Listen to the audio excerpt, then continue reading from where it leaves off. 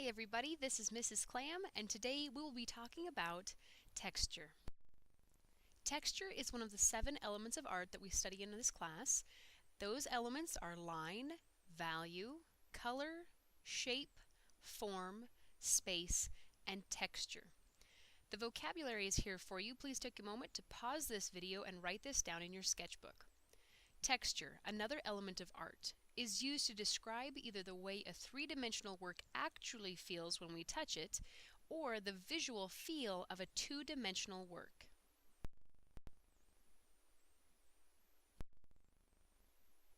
What are some differences between these two textures? We have an owl and we have a seed pod. Now the owl looks, as you might have guessed, soft, fluffy, gentle. If you were to feel this bird, it would feel very pleasant and soft. However, if you look at the seed pod, not so much. Probably not something you'd want to step on if it was sitting on the ground. These are differences in texture. Looking at the rose versus this pop can, you might also think of some differences in texture.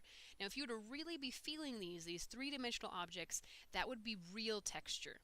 As the photographs here, this is implied texture. So if you try and touch the screen where you see these photos, it's going to feel the same because it's implied. It's not a real texture. You're only going to feel the real texture of the screen. However, if you had them really in your hands, you would feel the rose's petals be soft, probably room temperature, unless it had been in like a floral refrigerator. However, if you look over at the pop can, it would not be soft. It would be hard. You see some water droplets there, so it would have wet. A big difference between these two textures. These two pictures look a lot alike, but are their textures alike? The one on the left is bamboo, and the one on the right is bricks. As you might have guessed, bamboo is soft and smooth, kind of has a woody grain to it, and the bricks, not so soft and not so smooth, very rough and coarse. Different textures. Here's some more vocabulary for you. Real texture. Actual texture that can be felt in real life. Examples are like macaroni art, tree bark, cactuses, or cacti, scales, football, like fish scales, football, 3D sculptures, etc. And then you have implied texture. Texture that can be seen but not actually felt. It's usually created on a 2D surface.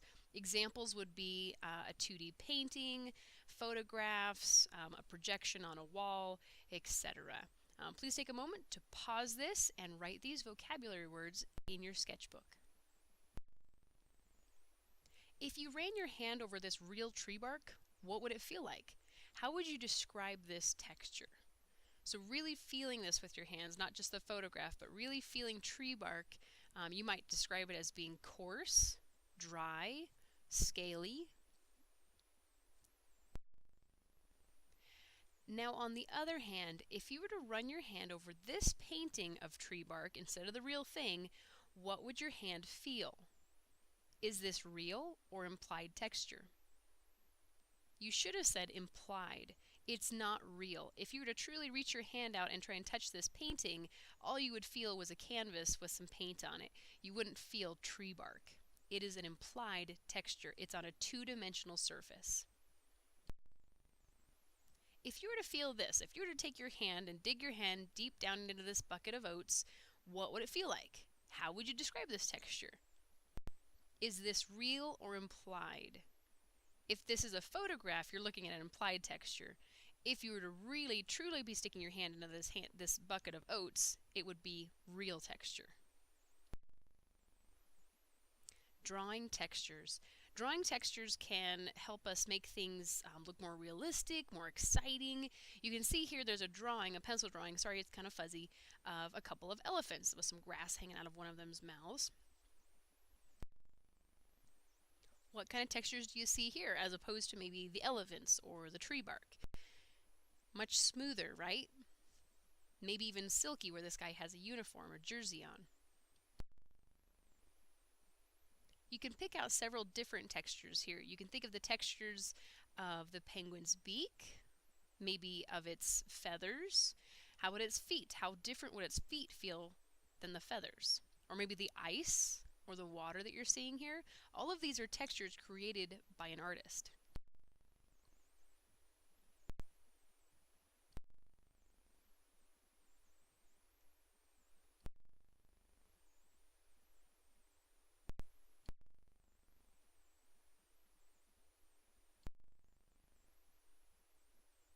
Here's some different examples of textures just on like a tiger or a dog. You can see the different textures created by the pencil. The fur, the whiskers, the wet nose. These are all implied textures created by an artist to give you the impression of textures.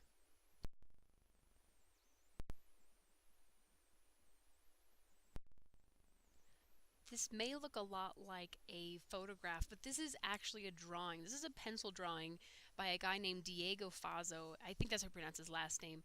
Amazing young artist. I have a whole PowerPoint just on him. It's really worth going and checking out. He's pretty amazing. You can see some different textures here. You've got the smooth skin, you've got the coarseness of this guy's facial hair, the water, the eyebrows.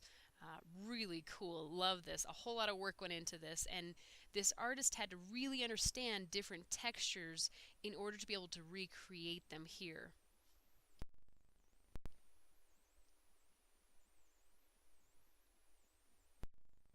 This is Diego doing one of the pencil drawings I was telling you about. Really cool guy. You really should go check out that PowerPoint. All right, your activity is the texture hand. The texture hand is a worksheet you're going to print off, read the directions carefully, have fun with this, take some time on it, really kind of look to see if you can put on some textures of your own. It doesn't necessarily have to be the ones that are shown here. Go have fun, do some research, go find some textures that you might find interesting that we haven't talked about so far. Good luck, have fun, and I hope you learned a lot about texture today.